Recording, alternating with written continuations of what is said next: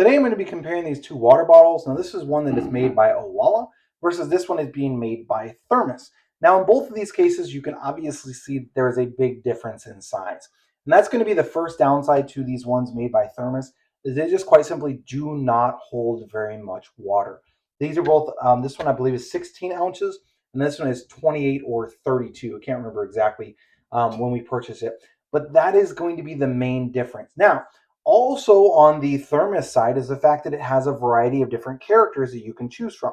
Now you can see here this one has the Marvel characters on it, but you can choose a variety of other different characters, different animals, designs, that sort of thing for the Thermos water bottle. Whereas the Owala is seen more as like an upscale one. It doesn't have those like cartoonish like figures available for it. Both of these seal extremely well, so let me go ahead and pour the Owala upside down here. You can see it's not actively leaking out of either the top or the seal. And let me do the same thing with this Thermos. Again, no water is coming out.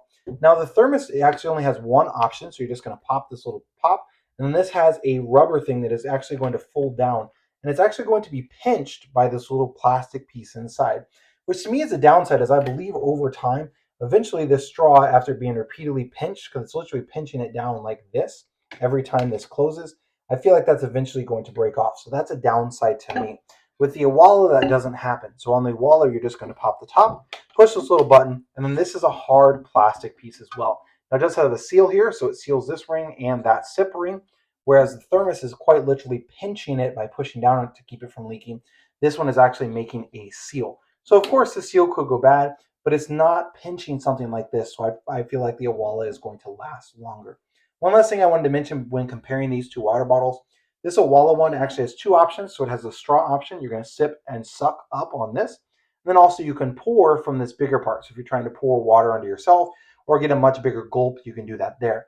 With the Thermos, it only has the straw. So you're just going to be sucking water out.